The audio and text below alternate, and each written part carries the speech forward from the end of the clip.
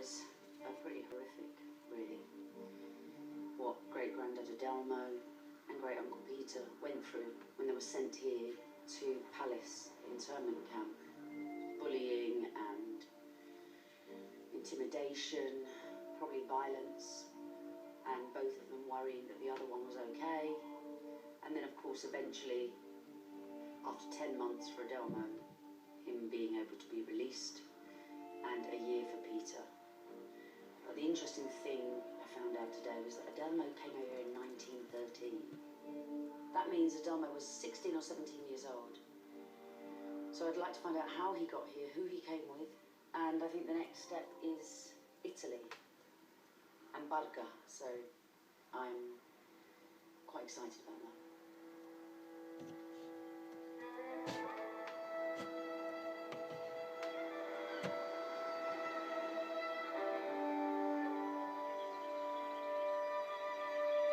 Barga is a medieval hilltop town in rural Tuscany. Tamsin's great-grandfather, Adelmo, left here more than a century ago. Now she hopes to find out why. Since I was a child, I've been coming here. We came as children on holiday. This is the old town, and we always used to come to the old town to get food, and it's very, very pretty. Though we didn't appreciate the beauty of it quite back then. But not much has really changed here. It still looks exactly the same to me. The colours of the walls, and the yellows and the pinks and the oranges.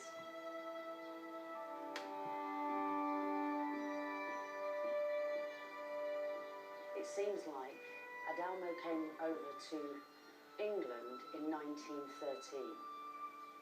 So how did he go over as a 16-year-old? Did he go over with his parents? So I suppose I'm looking for why that journey happened, where they ended up. Why would you leave here? Tamsin has arranged to meet researcher Maria Laura Frulini. Records of local births, marriages and deaths are held in Barga's town hall. Tamsin wants to find out about the life of her great-grandfather Adelmo before he left Italy for Britain at such a young age. She's starting with his birth certificate.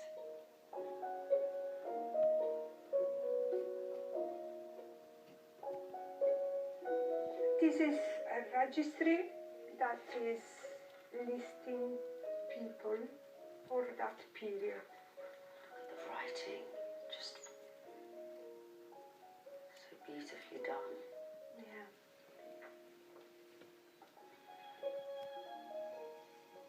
Oh, wow. Santi, Adelmo. Yes. Barga. He was born here, 5th of May, 1896. He has many names before Santi. He has 3 names. So he's Adelmo Alfredo Nello Santi. Giuseppe, the father. Santi Giuseppe. So Adelmo's father was a colono, is a farmer. Maria Laura can find no record of Adelmo leaving Barga in 1913. But there's another route they can take. Adelmo left Italy the year before World War I broke out. Unlike World War II, during the First World War, Italy joined Britain and her allies, fighting against Germany and Austria.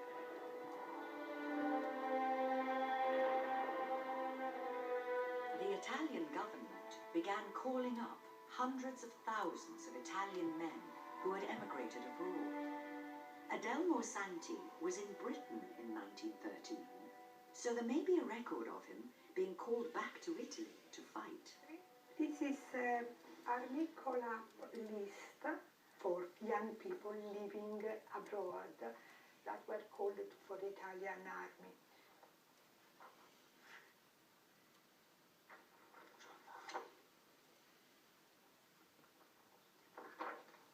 Santi Adelmo. So this is him being called up. Yeah. In what year would this have been? 1916. July 1916. At the Italian consulate in Glasgow. Glasgow? The Italian consulate in Glasgow called him up. So he was living in Glasgow. He was living, well, in Glasgow or in Scotland, yes. So 1913, he must have gone to Scotland.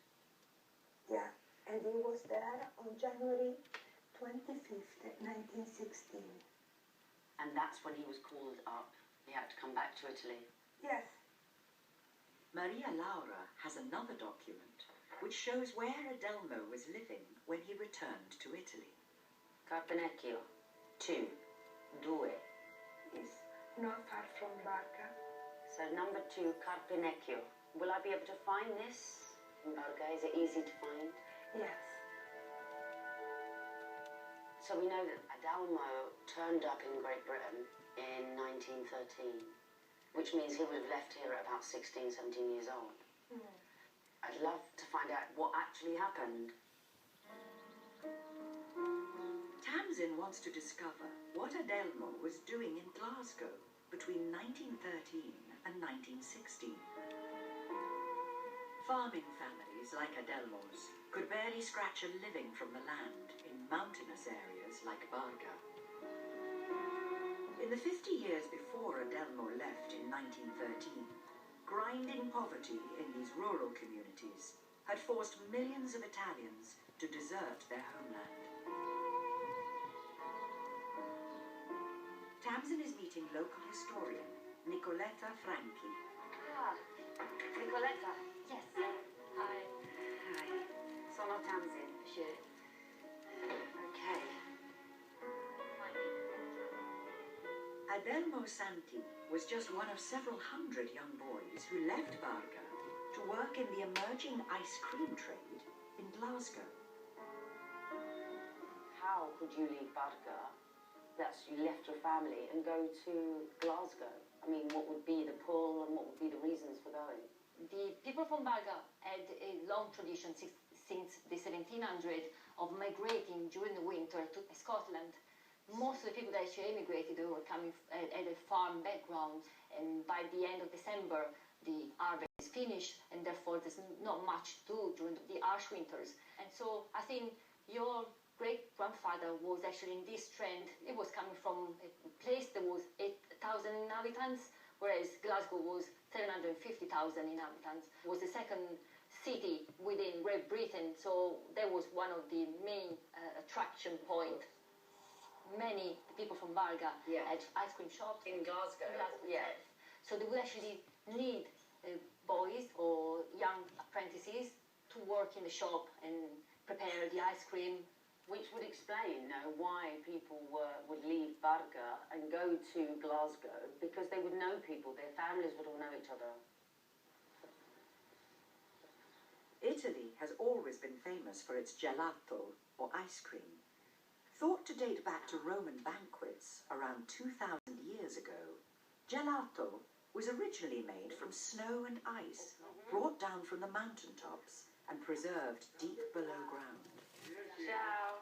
By the 20th century, gelato had become a popular street food throughout Europe. For emigrants like Adelmo, making and selling ice cream was a potential route to economic success. Oh, that's good. So it's a massive thing, Italians and ice cream. I mean, they're just famous for it, aren't they? We are. Well, we exported it all over the world. Well, there's like with the Santis, ice cream, and then I know the Rossis, that's ice cream. It seems like quite a steady profession for Italians. All part of the catering trade, isn't it? It is. What Nicoletta's going to do is she is going to give me a lift to Carpenecchio, number 2 Carpenecchio, which is the house, the last place that my great-grandad lived in before he decided to leave Italy forever and go and live in the UK. So I'm really desperate to see it, if it's still there.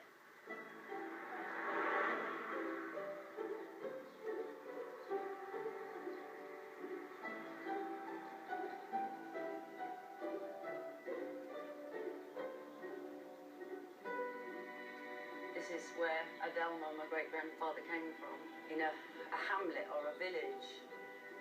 Being in a remote place up here, on the side of a hill, kind of makes you think, going all the way to Glasgow.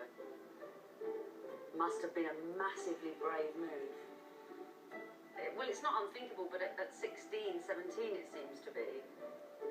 In my head, I'm thinking, that's a really brave thing to do, move. Well, it's quite ambitious, isn't it?